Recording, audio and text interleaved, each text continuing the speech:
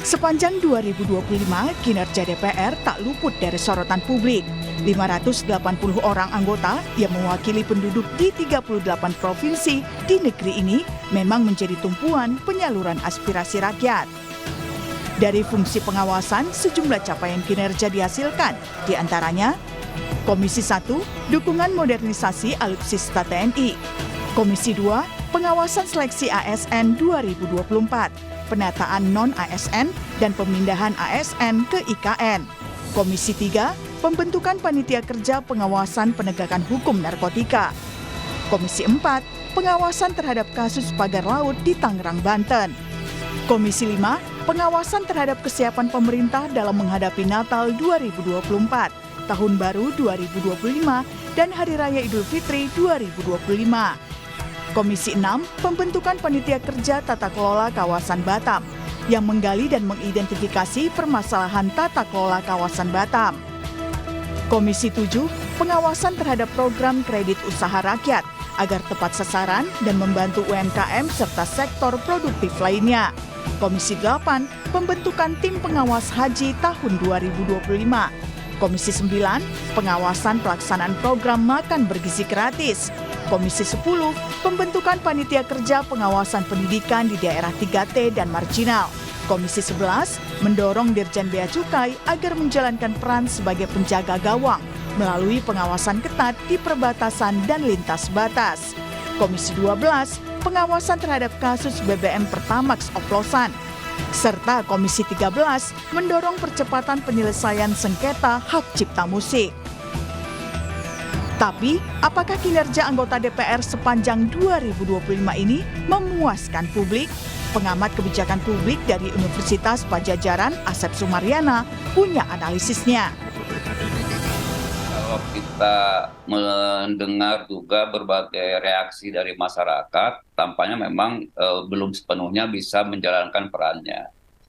Dikatakan seperti itu karena banyak kepentingan yang bermain, misalnya DPR itu kan dibagi dalam komisi dengan fraksi. Maka kalau komisi itu berdasarkan objek dari tugas pokoknya, pendidikan dan segala macam. Yang kedua di fraksi. Nah, ketika di fraksi itu ternyata dewan itu juga adalah anggota dari parpol tertentu. Nah, oleh sebab itu dia bermain juga. Nah, ternyata parpol tertentu juga sebagian kadernya itu jadi menteri, kira-kira kan gitu.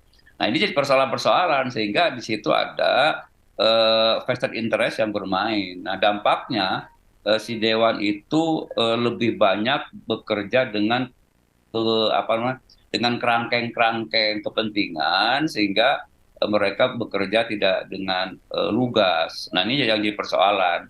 Nah, ditambah lagi dengan persoalan beberapa waktu yang lalu misalnya ada praktik ketika kenaikan gaji dan tunjangan rame, kemudian setelah itu terjadi banyak penjarahan dan segala macam, itu menunjukkan bahwa sebetulnya masyarakat itu masih belum puas dengan kinerja anggota dewan sendiri. Lalu apa yang kira-kira diharapkan masyarakat terhadap kinerja DPR ke depannya?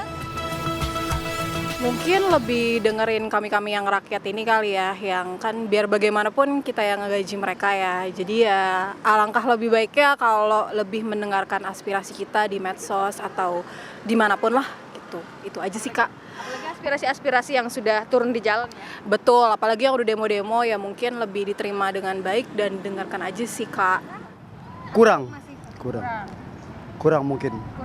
Karena Mungkin DPR sudah menjalankan tugasnya dengan baik, tapi kayak kurang maksimal ya. Iya. Belum memberikan kinerja terbaiknya. Tapi bukan berarti DPR jelek, enggak, aman. Masih bisa Ya, begitu. diperbaiki ya. Ya, bisa. Begitu banyak masyarakat yang masih komplain, terus ya menurut saya sih kinerjanya masih belum maksimal. Kalau menurut saya sih ya meningkatkan kinerjanya aja, dibuktikan aja. Ngedengerin masyarakat. Iya, benar. Oke, baik. Pertanyaannya, mampukah DPR menjawab harapan publik tersebut? Tim Liputan Kompas TV.